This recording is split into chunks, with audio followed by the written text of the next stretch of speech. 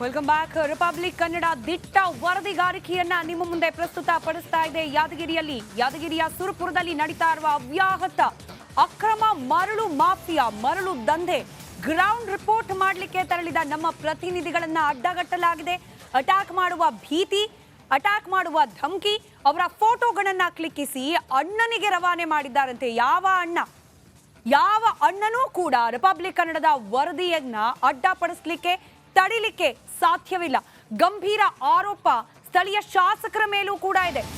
ಅವರ ಅಭಯ ಹಸ್ತ ಇಲ್ಲದೆ ಈ ರೀತಿಯಾಗಿ ಅಕ್ರಮ ಮರಳು ಗಣಿಗಾರಿಕೆ ಮಾಡಲಿಕ್ಕೆ ಸಾಧ್ಯ ಇಲ್ಲ ಅಂತ ಹೇಳಿ, ಹಾಗಾಗಿ ಎಲ್ಲಿವರೆಗೂ ಸ್ಥಳೀಯ ಶಾಸಕರು, ಸಂಬಂಧಪಟ್ಟ ಇಲಾಖೆಯ ಸಚಿವರು ಈ ಸುದ್ದಿಗೆ ಪ್ರತಿಕ್ರಿಯೆಯನ್ನ ನೀಡೋದಿಲ್ಲ, ಅಲ್ಲಿವರೆಗೂ ರಿಪಬ್ಲಿಕ್ ಕನ್ನಡದ ಈ ಇನ್ವೆಸ್ಟಿಗೇಟಿವ್ ರಿಪೋರ್ಟ್ ನಿಲ್ಲಿಸಲಿಕ್ಕೆ ಯಾವ ಅಣ್ಣನ ಕೈಲೂ ಸಾಧ್ಯ ಇಲ್ಲ.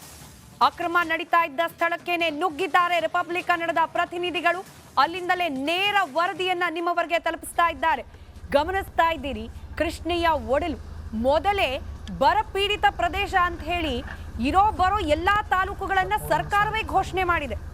90% ತಾಲೂಕುಗಳು ಅತ್ಯಂತ ಬರಪೀಡಿತ ಅನ್ನೋದನ್ನ ಮೊನ್ನೆ ಸುವರ್ಣಸೌಧದಲ್ಲಿ ಮರುಪ್ರಸ್ತಾಪ ಮಾಡಿದ್ದಾರೆ ಮುಖ್ಯಮಂತ್ರಿ ಸಿದ್ದರಾಮಯ್ಯ ಖುದ್ದಾಗಿ. ಬರದ ನಡುವೆ ಬೆಳೆ ಬೆಳೆಯೋದು ಕಷ್ಟ, ಕುಡಿಯೋ ನೀರಿಗೆ ಹೊಂದಾಣಿಕೆ ಆಗೋದು ಕಷ್ಟ, ಮೇವು ಹಾಗೆ ದನ ಕರುಗಳಿಗೆ ನೀರನ್ನ ಒದಗಿಸೋದು ಕಷ್ಟ. ಇಂಥ ಸಂದರ್ಭದಲ್ಲಿ ಇರೋ ನೀರನ್ನ ಉಳಿಸ್ಕೊಳ್ಳೋ ಪ್ರಯತ್ನ ಆಗ್ಬೇಕೇ ಹೊರತು ನೀರಿನ ಮೂಲಕ್ಕೇನೆ ಕೊಳ್ಳಿ ಇಡೋ ಕೆಲಸ ಮಾಡ್ತಿದ್ದಾರೆ ಖದೀಮರು. ರಿಪಬ್ಲಿಕ್ ಕನ್ನಡದ ಆ ವಾಹನಕ್ಕೆ ಟ್ರಕ್ ಅನ್ನ ಅಡ್ಡ ನಿಲ್ಲಿಸಿ ವರದಿ ಮಾಡಲಿಕ್ಕೆ ತೆರಳುತ್ತಾ ಇದ್ದ ನಮ್ಮ ಪ್ರತಿನಿಧಿಗಳನ್ನ ನಿಲ್ಲಿಸೋ ಪ್ರಯತ್ನವನ್ನ ಮಾಡಲಾಗಿದೆ. ಫೋಟೋವನ್ನ ಕ್ಲಿಕ್ಕಿಸಿ ರವಾನೆ ಮಾಡೋ ಪ್ರಯತ್ನವನ್ನ ಮಾಡಲಾಗಿದೆ. ಆದರೂ ಕೂಡ ನಮ್ಮ ಇಬ್ಬರು ಪ್ರತಿನಿಧಿಗಳು ಓಂ ಪ್ರಕಾಶ್, ನಾಗರಾಜ್ ಯಾವ ಧಮಕಿಗೂ ಕೂಡ ಬಗ್ಗದೆ ಅಲ್ಲಿಗೆ ನುಗ್ಗಿ ಅಲ್ಲಿಂದ ನೇರ ವರದಿಯನ್ನ ನಿಮ್ಮ ಮುಂದೆ ಇಡ್ತಾ ಇದ್ದಾರೆ. ನೀವು ಗಮನಿಸ್ತಾ ಇದ್ದೀರಿ, ಇದೇ ರಸ್ತೆಯಲ್ಲಿ ತೆರಳಿ ಆ ಮರಳು ದಂಧೆ ನಡೀತಾ ಇದ್ದ ಜಾಗದಿಂದಲೇ ನೇರ ವರದಿಯನ್ನ ನೀಡಲಿಕ್ಕೆ ತೆರಳುತ್ತಾ ಇದ್ರು ನಮ್ಮ ಪ್ರತಿನಿಧಿಗಳು. ಆ ಟಿಪ್ಪರ್ ಅದನ್ನ ಅಡ್ಡ ನಿಲ್ಲಿಸಿ ರಸ್ತೆಯನ್ನ ದಾಟದಂತೆ ತಡೆ ಹಿಡಿಯೋ ಪ್ರಯತ್ನ ಮಾಡಿದ್ದಾರೆ. ಹಾಗೆ ನಾವು ಮಾರ್ಕ್ ಮಾಡಿ ತೋರಿಸ್ತಾ ಇದ್ದೀವಿ. ಈ ವ್ಯಕ್ತಿ ಫೋಟೋವನ್ನ ಕ್ಲಿಕ್ಕಿಸಿ, ನಮ್ಮ ರಿಪಬ್ಲಿಕ್ ಕನ್ನಡ ತಂಡ ತೆರಳುತ್ತಾ ಇದ್ದ ಕಾರಿನ ಫೋಟೋ, ನಮ್ಮ ವರದಿಗಾರರ ಫೋಟೋವನ್ನ ಕ್ಲಿಕ್ಕಿಸಿ ಕಳಿಸಿದ್ದಾರೆ. ನಮ್ಮ ಪ್ರತಿನಿಧಿ ಓಂ ಪ್ರಕಾಶ್ಗೆ ನಿಮ್ಮ ಹತ್ರ ಅಣ್ಣ ಮಾತನಾಡಿ ಅಂತ ಹೇಳಿದ್ದಾರೆ. ಯಾವ ಅಣ್ಣನ ಹತ್ರ ಕೂಡ ಮಾತನಾಡುವುದಿಲ್ಲ. ನೇರವಾಗಿ ಸಂಬಂಧಪಟ್ಟ ಇಲಾಖೆಯ ಸಚಿವರು, ಅಧಿಕಾರಿಗಳು, ಜಿಲ್ಲಾಧಿಕಾರಿಗಳು, ಶಾಸಕರು ಪ್ರತಿಕ್ರಿಯೆ ನೀಡಬೇಕು ಇದಕ್ಕೆ. ಅಥವಾ ಈಗೇನು ಹೆಸರಿಸದೆ ಇಷ್ಟು ಮಂದಿಯಲ್ಲಿ ಯಾರು ಇದ್ದಾರಾ ಅಣ್ಣ, ಅದನ್ನ ಕೂಡ ಸ್ಪಷ್ಟನೆಯನ್ನ ನೀಡಬೇಕಾದ ಗುರುತರ ಜವಾಬ್ದಾರಿ ಜಿಲ್ಲಾಧಿಕಾರಿಗಳಿಗೆ, ಸಂಬಂಧಪಟ್ಟ ಇಲಾಖೆಯ ಸಚಿವರಿಗೆ, ಸ್ಥಳೀಯ ಶಾಸಕರಿಗೂ ಕೂಡ ಸಂಬಂಧಪಡುತ್ತೆ. ಈ ಪ್ರಶ್ನೆಗೆ ಉತ್ತರ ಕೊಡೋ ದಾಯತ್ವ.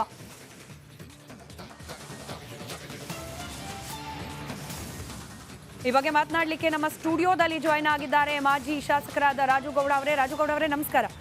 ಕೆಲವೇ ನಿಮಿಷದ ಹಿಂದೆ ತಾವು ದೂರವಾಣಿ ಸಂಪರ್ಕದಲ್ಲಿ ಮಾತನಾಡುವಾಗ ರಿಪಬ್ಲಿಕ್ ಕನ್ನಡ ಜೊತೆ ಹೇಳ್ತಾ ಇದ್ರಿ, ಯಾರಾದ್ರೂ ಪ್ರಶ್ನೆ ಮಾಡಿದ್ರೆ ಧಮಕಿ ಹಾಕ್ತಾರೆ, ಸುಳ್ಳು ಕೇಸ್ ದಾಖಲು ಮಾಡ್ತಾರೆ ಅಂತ. ಇವತ್ತು ರಿಪಬ್ಲಿಕ್ ಕನ್ನಡದ ಟೀಮ್ ಮೇಲೆ ಅಟ್ಯಾಕ್ ಮಾಡೋ ಯತ್ನ ಈಗೇನ ನಡೀತಿರೋದು ಅಲ್ಲಿ? ಫಸ್ಟ್ ಆಫ್ ಆಲ್ ನಾನು ರಿಪಬ್ಲಿಕ್ ಕನ್ನಡ ಅವರಿಗೆ ಸಲ್ಯೂಟ್ ಹೊಡಿತೀನಿ. ಯಾಕಂತಂದರೆ ಆ ಧೈರ್ಯ ಮಾಡಿ ಪಾಪ ರಿಪೋರ್ಟರ್ಸ್ಗಳು ಅಲ್ಲಿ ಹೋಗಿ ಇದ್ದಾರೆ. ಅವ್ರಿಗೆ ಹೋದ ತಕ್ಷಣ ಅಲ್ಲಿ ಹೋಗಿ ಜೀವ ಬೆದರಿಕೆ ಹಾಕಂಥ ಕೆಲಸನ ಆದ್ರೂ ಆ ರಿಪೋರ್ಟರ್ಸ್ ಜೊತೆಗೆ ನಾನು ದೂರವಾಣಿ ಮುಖಾಂತರ ಮಾತಾಡಿದೆ. ಅವ್ರು ಹೇಳಿದ್ರೆ, ಅಣ್ಣ ಜೀವ ಹೋದ್ರೂ ಚಿಂತಿಲ್ಲ, ನಾವು ಇಲ್ಲೇ ಇರ್ತೀವಿ, ನಮ್ದೇನು ಚಿಂತೆ ಮಾಡಬೇಡ್ರಿ, ನಾವು ಪೊಲೀಸ್ ಡಿಪಾರ್ಟ್ಮೆಂಟ್ ಅವ್ರಿಗೆ ಫೋನ್ ಮಾಡಿದ್ರೆ ಯಾರೂ ಬರ್ತಿಲ್ಲ ಅಂತೇಳಿ. ನಾನು ಅದಕ್ಕೆ ಹೇಳಿದೆ, ಮೇಡಮ್ ಲಾಸ್ಟ್ ಟೈಮು ಒಬ್ಬ ಮಲ್ಲು ದಂಡಿನಂತ ಹುಡುಗ ಪುರಸಭೆ ಸದಸ್ಯ ಇದ್ದಾನೆ, ಅವನು ಮತ್ತು ಯಲ್ಲಪ್ಪ ಕುರ್ಕುಂದಿ ಅಂತೇಳಿ ಮಾಜಿ ಜಿಲ್ಲಾ ಪಂಚಾಯತ್ ಅಧ್ಯಕ್ಷರು ಒಂದು ಉಸಿಗಿನ ಗಾಡಿ ನಿಂದಿರಿಸಿ ಕೇಸ್ ಮಾಡಿಸಿದಕ್ಕೆ ಅವ್ರ ಮೇಲೆ ಡಕಾಯಿತ್ ಕೇಸ್ ಹಾಕಿ ಮಲ್ಲು ದಂಡಿನ ಅರೆಸ್ಟ್ ಮಾಡಿದ್ರು, ಯಲ್ಲಪ್ಪನೂ ಅರೆಸ್ಟ್ ಮಾಡಕ್ಕೆ ಅವ್ರ ಮನೆಗೆ ಹೋಗಿದ್ರು.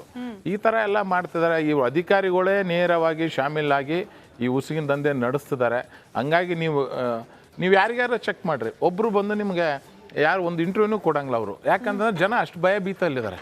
ಈಗ ಇಲ್ಲಪ್ಪ ಇವರು ಯಾರು ಮಾಡಿದ್ರು ಕೇಸ್, ಯಾಕಂದ್ರೆ ಮುಗ್ಧ ಜನ, ಬಡು ಜನ, ಅವ್ರ ಉಪಜೀವನಕ್ಕೆ ಏನೋ ದುಡಿಬೇಕಾಗ್ತದೆ, ಕೇಸ್ ಹಾಕಿ ಒಳಗಾಗ್ತಾರೆ, ನಮ್ಗೆ ಯಾಕನ್ನೋ ಪರಿಸ್ಥಿತಿಯಲ್ಲಿ ಬಂದುಬಿಟ್ಟಿದ್ದಾರೆ. ಈಗ ನಮ್ಮ ವರದಿಗಾರರು ಆ ಸ್ಥಳಕ್ಕೆ ಹೋಗಿ ಗಮನಿಸಿದಾಗ ಒಂದೆರಡಲ್ಲ ಸಾವಿರಾರು ಹೆಕ್ಟೇರ್ ಭಾಗದಲ್ಲಿ ಇದೇ ರೀತಿಯಾಗಿ ನಡೆಸ್ತಿದ್ದಾರೆ ಅನ್ನೋದು ಗಮನಕ್ಕೆ ಬಂದಿದೆ. ನೀವು ನೋಡಿದ ಹಾಗೆ ಎಷ್ಟು ವ್ಯಾಪಕವಾಗಿದೆ ದಂಧೆ ಅಂತ ಹೇಳಿ? ಮೇಡಮ್, ಇದು ಬಹಳಷ್ಟು ವ್ಯಾಪಕವಾಗಿದೆ. ಕೆಲವು ಪಾಪ ಲೋಕಲ್ ಅಂದರೆ ಈ ಸಣ್ಣ ಅಧಿಕಾರಿಗಳು ಮನಸ್ಸಿಗೆ ಎಷ್ಟೋ ಇದೆ ತಡಿಬೇಕಂತ. ಹೈಯರ್ ಆಫೀಸರ್ಸ್ ಎಲ್ಲರೂ ಇನ್ವಾಲ್ವ್ಮೆಂಟ್ ಇದ್ದಾರೆ ಇದರಲ್ಲಿ. ಇವತ್ತು ಅವರೆಲ್ಲರೂ ಇನ್ವಾಲ್ವ್ಮೆಂಟ್ ಇದ್ದಾರೆ. ಮತ್ತು ಇವೇನು ಅಡ್ಡಗಳು ತಾವೇನು ಆ ಹುಡುಗನ್ ಬೇಕಾದ್ರೆ ನೀವು ಚೆಕ್ ಮಾಡಿಸಿ ಅವ ಯಾರಿಗೆ ಫೋನ್ ಮಾಡ್ಯಾನಂತ ನಾನು ನಿಮ್ಗೆ ಇಲ್ಲೇ ಹೇಳ್ತೀನಿ.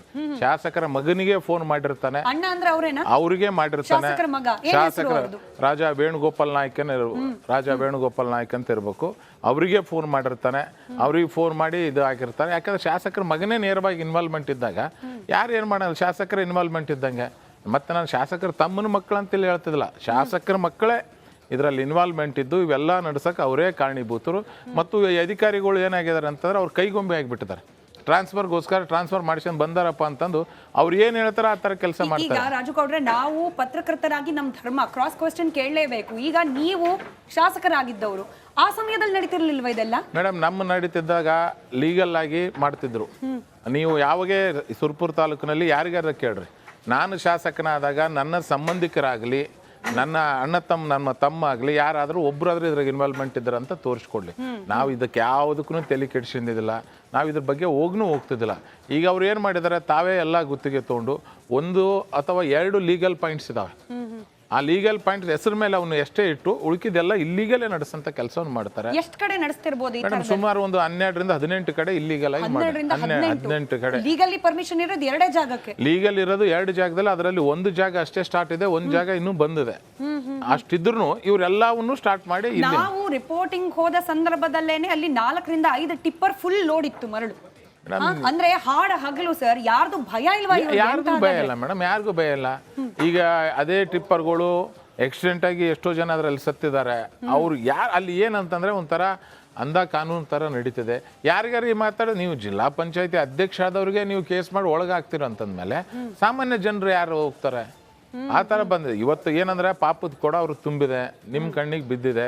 ಇಲ್ಲಾಂದ್ರೆ ಹೋದ್ಸರಿ TV9 ಅವರು ವರದಿ ಮಾಡಿದ್ರು, ವರದಿ ಮಾಡಿದ್ 1-2 ದಿನ ಬಂದ್ ಮಾಡಿದ್ರು, ಮತ್ತೆ ಸ್ಟಾರ್ಟ್ ಮಾಡಿದ್ರು. ಬಟ್ ರಿಪಬ್ಲಿಕ್ ಕನ್ನಡ ಈ ಕಾರ್ಯಕ್ರಮ ಗಮನಿಸ್ತಾ ಇರುವ ಪ್ರತಿಯೊಬ್ಬ ವೀಕ್ಷಕರಿಗೆ ಭರವಸೆ ಕೊಟ್ಟು ಹೇಳ್ತಾ ಇದೆ, ಇವತ್ತು ಸುದ್ದಿ ಪ್ರಸಾರ ಮಾಡಿ ನಾಳೆ ಕೈ ಬಿಡೋ ಜಾಯಮಾನ ನಮ್ದಲ್ವೇ ಅಲ್ಲ. ಎಲ್ಲಿವರೆಗೂ ಅಲ್ಲಿ ಅಕ್ರಮವಾಗಿ ನಡೀತಾ ಇರುವ ಈ ಮರಳು ದಂಧೆ ನಿಲ್ಲೋದಿಲ್ವೋ ಅಲ್ಲಿವರೆಗೂ ಕೂಡ ನಾವು ಈ ಕಾರ್ಯವನ್ನ ಮುಂದುವರಿಸ್ಕೊಂಡು ಹೋಗ್ತೀವಿ. ಇತ್ತೀಚೆಗಷ್ಟೇ ನಮ್ಮ ಪ್ರತಿನಿಧಿ ದಿವೇತ್ ಎಂಥದ್ದೇ ಕಾರ್ಯವನ್ನ ಬೆಂಗಳೂರು ಹೊರವಲಯದಲ್ಲಿ ಮಾಡಿ ತೋರಿಸಿದ್ದಾರೆ. ಇಲ್ಲೂ ಕೂಡ ಯಾದಗಿರಿಯಲ್ಲೂ ಕೂಡ ನಮ್ಮ 2 ಪ್ರತಿನಿಧಿಗಳು ಸ್ಥಳದಲ್ಲೇ ಇದ್ದಾರೆ. ನಿರಂತರವಾಗಿ ವರದಿ ಮಾಡೇ ಮಾಡ್ತೀವಿ. ನೀವು ಹೇಳ್ತಾ ಇದ್ರಿ ರಾಜು ಅವರೇ, ಮಲ್ಲು ಹಾಗೆ ಯಲ್ಲಪ್ಪ ಇಬ್ಬರ ಮೇಲೆ ಸುಳ್ಳು ಕೇಸ್ ಹಾಕಿದ್ರು ಅಂತ. ಏನ್ ಕೇಸ್ ಅದು? ಯಾರ್ಯಾರು ಪ್ರಶ್ನೆ ಮಾಡ್ಲಿಲ್ವಾ ಸುಳ್ಳು ಕೇಸ್ ಯಾಕೆ ಹಾಕಿದ್ರು? ಅಲ್ಲ ಮೇಡಮ್, ಪ್ರಶ್ನೆ ಎಲ್ಲ ದೊಡ್ಡ ಹೋರಾಟನೇ ಮಾಡಿದೆ. ಒಂದು 8ರಿಂದ 10 ಸಾವಿರ ಜನ ಸ್ಟ್ರೈಕ್ ಮಾಡಿದ್ವಿ.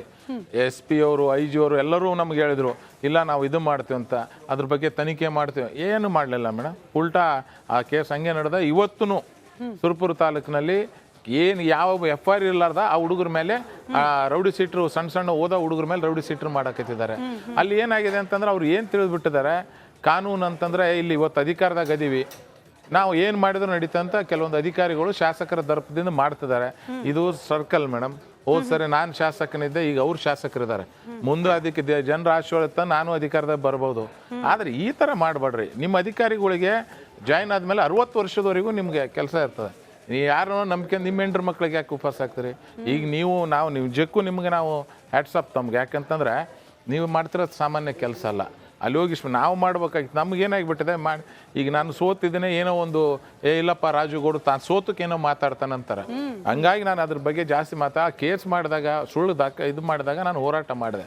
ಅದಾದಮೇಲೆ ಇವರು ಹೈಯರ್ ಆಫೀಸರಿಂದ ಎಲ್ಲರೂ ಇದೇ ದಂಧ ಕಿಳಿದ ಮೇಲೆ ಸೈಲೆಂಟ್ ಆಗಿದೆ. ಇವತ್ತು ನಿಮ್ದು ನೋಡಿದ್ಮೇಲೆ, ನಿಮ್ಮ ಫೋನ್ ಬಂದ್ಮೇಲೆ, ಹೈಯರ್ ಆಫೀಸರ್ ಅಂದ್ರೆ ರಾಜುಗೌಡ್ರೆ ನಿಮಗೆ ಗೊತ್ತಿರುತ್ತೆ, ಸ್ಥಳೀಯರಿದ್ದೀರಿ, ಹಾಗೆ ಗಮನಿಸ್ತಿರ್ತೀರಿ ಕೂಡ ಅಲ್ಲಿ ಏನೇನು ಆಗ್ತಿದೆ ಅಂತ. ಯಾರ್ಯಾರು ಇನ್ವಾಲ್ವ್ಮೆಂಟ್ ಇದೆ? ಜಿಲ್ಲಾಧಿಕಾರಿಗಳ ಗಮನಕ್ಕೆ ಬಂದಿರೋಲ್ವಾ? ಪೊಲೀಸ್ ಇಲಾಖೆಯವ್ರ ಗಮನಕ್ಕೆ ಬಂದಿರಲ್ವಾ? ಇಲ್ಲಿ ಏನಾಗಿದೆ ಮೇಡಮ್, ಕೆಲವೊಂದು ಅಧಿಕಾರಿಗಳಿಗೆ ಹಿಂದಿನ ಇದರಲ್ಲಿ ಪೋಸ್ಟಿಂಗ್ ಸಿಕ್ಕಿದ್ದಿಲ್ಲ. ಈಗ ಅವ್ರಿಗೆ ಪೋಸ್ಟಿಂಗ್ ಸಿಕ್ಕಿದೆ. ಆ ಪೋಸ್ಟಿಂಗ್ ಆಸೆಗೋಸ್ಕರ ಅವ್ರು ಏನು ಶಾಸಕರು ಏನು ಹೇಳ್ತಾರೆ ಎಲ್ಲವನ್ನು ಕೇಳ್ತಿದ್ದಾರೆ. ಇದು ಒಂಥರ ಚೈನ್ ಲಿಂಕ್. ಇಲ್ಲಪ್ಪ ಅಂದ್ರೆ ಮತ್ತೆ ನಮ್ಗೆ ಎಲ್ಲಿ ಪೋಸ್ಟಿಂಗ್ ಸಿಗ್ತದೋ ಏನೋ ಅದಕ್ಕೆ ಈ ತರ ಆಗ್ತದೆ. ನೀವು ಮೊನ್ನೆ ಒಂದು ತಮಾಷೆ ಅಂತಂದ್ರೆ, ಇಷ್ಟೊಂದು ಅಕ್ಕಿ ಕಳುವಾಯ್ತು ಶಾಪುರ್ ಮತಕ್ಷೇತ್ರದಲ್ಲಿ. ಯಾರು ಕಂಪ್ಲೇಂಟ್ ಕೊಟ್ಟಾನೆ ಆ ಅಧಿಕಾರಿಗಳನ್ನೇ ಮೇನ್ ಆರೋಪಿಗಳು ಮಾಡಿದ್ದಾರೆ. ಯಾರ ಅಕ್ಕಿಗೆ ಕಳುವಿನ ದಂಧ ಮಾಡ್ತಾರೋ, ಯಾರು ಉಸಿಗಿನ ದಂಧ ಮಾಡ್ತಾರೋ, ಒಬ್ಬ ಕಿಂಗ್ ಪಿನ್ ಇದ್ದಾನೆ, ಅವನೇ ಇವರೆಲ್ಲ ಆಫೀಸರ್ಗಳನ್ನ ಆಕ್ಷನ್ ಬರ್ತಾನೆ. ನೀವು ಕಳ್ಳನ ಕೈಲೇ ನೀವು ಎನ್ಕ್ವೈರಿ ಮಾಡಿ ಅಂದ್ರೆ ಹೆಂಗಾಗ್ತದೆ? CODಗೆ ಒಪ್ಸ್ರಿ, ಅದ್ರ ಬೈಲಿಗೆ ಬರ್ತದೆ. ನಾವೇನು CIDಗೆ ಅಂತ ಕಳಿಸ್ತಿಲ್ಲ, CODಗೆ ಕರ್ನಾಟಕ ರಾಜ್ಯ ಅದು ಒಪ್ಸಿದ್ದು ಮಾಡಿದೆ. ಮತ್ತು ಪರಮೇಶ್ವರ್ ಸರ್ ಬಗ್ಗೆ ನಮ್ಗೆ ಒಳ್ಳೆಯ ಗೌರವ ಇದೆ.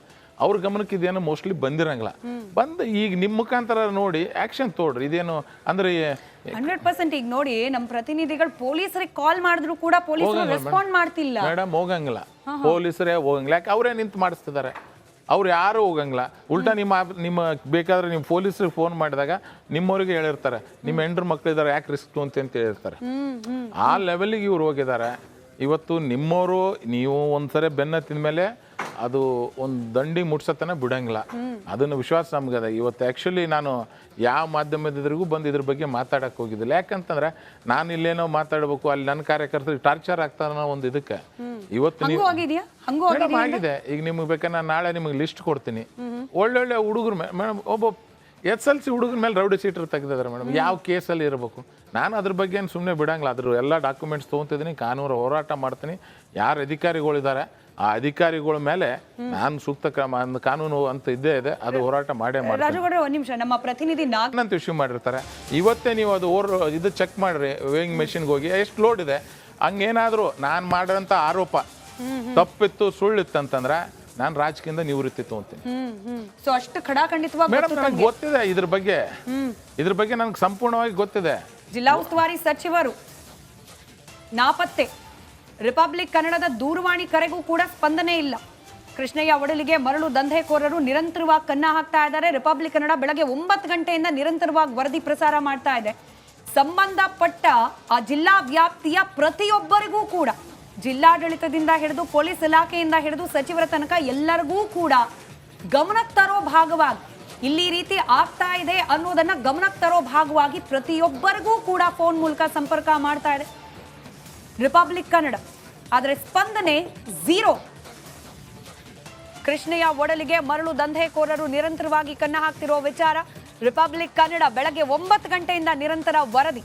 ನೇರ ಪ್ರಶ್ನೆ, ಎಲ್ಲಿದ್ದೀರಾ ಜಿಲ್ಲಾ ಉಸ್ತುವಾರಿ ಸಚಿವರಾದ ಶರಣಬಸಪ್ಪ ದರ್ಶನಾಪುರೆ ಅವರೇ? ಬರ್ತೀರಾ ಸ್ಪಾಟ್ಗೆ ಈಗಲಾದ್ರೂ? ರಿಪಬ್ಲಿಕ್ ಕನ್ನಡ ದೂರವಾಣಿ ಕರೆ ಮಾಡಿದ್ರು ಕೂಡ ನೋ ರೆಸ್ಪಾನ್ಸ್. ಅಷ್ಟು ಬ್ಯುಸಿ ಸಾಹೇಬ್ರು. ಜಿಲ್ಲಾ ಪೊಲೀಸ್ ವರಿಷ್ಠಾಧಿಕಾರಿ ಸಂಗೀತ ಅವರು ಕೂಡ ಬ್ಯುಸಿ. ಅಂದ್ರೆ ಬೇಕಂತಲೇ ಬ್ಯುಸಿ ಆದ್ರ ಸಹಜವಾಗಿ ಪ್ರಶ್ನೆ ಅಂದ್ರೆ ಇದ್ದಕ್ಕಿದ್ದಂಗೆ ಎಲ್ಲರೂ ಒಟ್ಟೊಟ್ಟಿಗೆ ಹೆಂಗ್ ಬ್ಯುಸಿ ಆಗ್ತಾರೆ ಅಂತ. ನೀವು ಈಗ ಅವರಿಗೆ ಆಪ್ಷನ್ನೇ ಉಳಿಸಿಲ್ಲ. ಈಗ ನೀವೆಲ್ಲ ಅಲ್ಲೇ ಹೋಗಿ ಲೈವ್ನಲ್ಲಿ ಇದ್ರಿ, ಏನಾಗ್ತಿದೆ ಇಡೀ ರಾಜ್ಯಕ್ಕೆ ತೋರಿಸ್ತಿದ್ರಿ. ಅವ್ರು ಬಂದು ಯಾವ ಥರ ಉತ್ತರ ಕೊಡಬೇಕು? ಈಗ ಯಾರೋ ಒಬ್ಬ ಮಾಜಿ ಶಾಸಕ, ಮಾಜಿ ಸಚಿವ ಒಬ್ಬ ಆರೋಪ ಮಾಡ್ತಾನೆ ಅಂತಂದ್ರೆ ಸಾಮಾನ್ಯ ಅಂತ ತಿಳ್ತಾರೆ. ಈಗ ನೀವು ಡೈರೆಕ್ಟಾಗಿ ಕೊಡ್ತೀರಿ. ಅಲ್ಲಿ ನೀವು ತೋರಿಸಿದ್ರೆ ಲಾರಿ ಅದು 14 ವೀಲರ್ 12 ವೀಲರ್ ಇದೆ. ಇವೆಲ್ಲವೂ ಇಲ್ಲಿಗಲೇ ಅಲ್ಲಿ ಯಾಕಂದ್ರೆ ಆ ರೋಡಿನ ಮೇಲೆ 12 ವೀಲರ್ಸು ಹೋಗಂಗೆ ಇಲ್ಲ, ಅಲ್ಲೆಲ್ಲ ಓಡಾಡ್ತಿದ್ದಾರೆ ಇವರು. ಮತ್ತು ಇವ್ರಿಗೆ ಬಂದರೆ ಈಗ ಅಧಿಕಾರಿಗಳು ಬಂದರೆ ನಿಮ್ಗೆ ಅವ್ರು ಏನು ತಿಳಿದಿರ್ತಾರೆ ಮೋಸ್ಟ್ಲಿ ಏನು ಒಂದು 10 ನಿಮಿಷ ಇವ್ರು ಮಾತಾಡ್ತಾರೆ, ಬಿಟ್ಬಿಡ್ತಾರೆ. ಆಮೇಲೆ ಮತ್ತೆ ಯಥಾ ಪ್ರಕಾರ ನಮ್ಗೆ ನಡೀತಿರ್ತಾರೆ ಅಂತ ತಿಳಿದಿರ್ತಾರೆ. ನೀವು ಹಿಂಗೆ ಬೆನ್ನತ್ತಿರ ಅನ್ನೋದು ಅವ್ರಿಗೆ ಗೊತ್ತಿಲ್ಲ. ಗೊತ್ತಿದ್ರೆ ಇದೆ ಈಗ ಒಂದು 2-3 ದಿನ ಸ್ಟಾಪ್ ಮಾಡ್ದಂಗೆ ಮಾಡ್ತಾರೆ, ಮತ್ತೆ ಇದೇ ಪ್ರತಿ ಸ್ಟಾರ್ಟ್ ಮಾಡ್ತಾರೆ ಮೇಡಮ್. ಅವ್ರಿಗೆ ಏನಂದ್ರೆ ಇದೇ ಜೀವನ ಆಗಿಬಿಟ್ಟಿದೆ. ಉಸುಗು ಲೂಟು ಹೊಡೆದೇ ಜೀವನ ಆಗಿಬಿಟ್ಟಿದೆ. ಇದರಿಂದ ಏನು ಮುಂದೆ ಅನಾಹುತ ಆಗ್ತಾ ಅನ್ನೋದ್ರ ಇಲ್ಲ. ರಾಜುಗೌಡ್ರೆ, ನೀವು ಹೇಳ್ತಿದ್ರೆ ನೀವು ಹೋರಾಟ ಮಾಡಿದ್ದೀರಿ, ಪ್ರತಿಭಟನೆ ಮಾಡಿದ್ದೀರಿ ಅಂತ ಹೇಳಿ ಅದಕ್ಕೆ ಧ್ವನಿಯಾಗಿ ನಿಲ್ತಾ ಇದೆ ರಿಪಬ್ಲಿಕ್ ಕನ್ನಡ. ನೀವು ಹೇಳ್ರಿ ಬೇರೆ ಮಾಧ್ಯಮಗಳು ನಮಗೆ ಗೊತ್ತಿಲ್ಲ, ಹೋಗಿರಬಹುದು, ವರದಿ ಮಾಡಿ ಕೈ ಬಿಟ್ಟಿರ್ಬೋದು. ಬಟ್ ನಾವು 2 ಅಲ್ಲ 3 ಅಲ್ಲ, 1 ವಾರ 1 ವರ್ಷ ಆದ್ಮೇಲೂ ಕೂಡ ನಮ್ಮ ಕಣ್ಣಲ್ಲಿ ಇದ್ದೇ ಇರುತ್ತೆ. ಇನ್ ಕೇಸ್ ಏನಾದ್ರೂ ಇದು ಹೀಗೆ ಮುಂದುವರೆದ್ರೆ ಪ್ರತಿ ಬಾರಿ ಕೂಡ ಅಲ್ಲಿಂದ ನೇರ ವರದಿಯನ್ನ ಪ್ರಸಾರ ಮಾಡೋ ಭರವಸೆ ರಿಪಬ್ಲಿಕ್ ಕನ್ನಡ ಮಾಡ್ತಾ ಇದೆ. ತಕ್ಷಣಕ್ಕೆ ನಿಲ್ಲಿ ಅನ್ನೋದಷ್ಟೇ ನಮ್ಮ ಆಗ್ರಹ. ಕೃಷ್ಣೆ ನೀರು ಆ ಭಾಗದ ಬಡ ಜನರಿಗೆ ದಕ್ಕಲಿ, ಈ ರೀತಿ ದಂಧೆಕೋರರಿಗಲ್ಲ ಅನ್ನೋದನ್ನ ನಮ್ಮ ಆಗ್ರಹ. ಎನಿವೆ ಧನ್ಯವಾದ ರಾಜುಗೌಡ್ರೆ, ಇಷ್ಟೊತ್ತು ಆ ಭಾಗದ ಜನರ ಧ್ವನಿಯಾಗಿ ರಿಪಬ್ಲಿಕ್ ಕನ್ನಡದಲ್ಲಿ ಕೂತು ಮಾತನಾಡಿದ್ರಿ. ಧನ್ಯವಾದ. ನಮ್ಮ ಪ್ರಯತ್ನ ಯಶಸ್ವಿ ಆಗಲಿ ಅಂತ ಹಾರೈಸೋಣ. ರಿಪಬ್ಲಿಕ್ ಕನ್ನಡ ನೇರ ವರದಿಯನ್ನ, ಇನ್ವೆಸ್ಟಿಗೇಟಿವ್ ರಿಪೋರ್ಟ್ ಅನ್ನ ಯಾದಗಿರಿಯ ಸುರಪುರದ ಆ ಹೇಮನೂರು ಗ್ರಾಮದಿಂದ ಮಾಡ್ತಾ ಇದೆ. 15 ನಿಮಿಷ ಸಮಯ ಕೇಳಿದ್ದಾರೆ ಸ್ಥಳೀಯ ಶಾಸಕರು, ಸ್ಪಾಟಿಗೆ ಹೋಗ್ತೀನಿ ಅಂತ ಹೇಳಿ. 15 ನಿಮಿಷ ಬಿಟ್ಟು ಮತ್ತೆ ಸಂಪರ್ಕ ಮಾಡುತ್ತೆ ರಿಪಬ್ಲಿಕ್ ಕನ್ನಡ. ಕ್ರಾಸ್ ಚೆಕ್ ಮಾಡ್ತೀವಿ. ಇವತ್ತು ಇಡೀ ದಿನ ಎಲ್ಲಿವರೆಗೂ ಸ್ಥಳೀಯ ಶಾಸಕರು ಸ್ಪಾಟಿಗೆ ಹೋಗೋದಿಲ್ಲೋ ಅಲ್ಲಿವರೆಗೂ ಅಂತೂ ರಿಪಬ್ಲಿಕ್ ಕನ್ನಡ ಬಿಡೋದಿಲ್ಲ. ನಿರಂತರವಾಗಿ ಈ ಬಗ್ಗೆ ವರದಿಯನ್ನು ನಾವು ಪ್ರಸಾರ ಮಾಡ್ತಲೇ ಇರ್ತೀವಿ. ಸುರಪುರದಲ್ಲಿ ನಡೀತಾ ಇರುವ ಈ ಅಕ್ರಮ ಮರಳು ದಂಧೆ, ಇದಕ್ಕೆ ಕಡಿವಾಣ ಹಾಕೋ ದಿಟ್ಟ ನಿಲುವು, ಆ ದಿಟ್ಟ ಪ್ರಯತ್ನ ರಿಪಬ್ಲಿಕ್ ಕನ್ನಡ ಸತತವಾಗಿ ಮಾಡ್ತಲೇ ಇರುತ್ತೆ. ಚಿಕ್ಕ ಬ್ರೇಕ್ನ ನಂತರ ಸುದ್ದಿ ಮುಂದುವರಿಯುತ್ತೆ.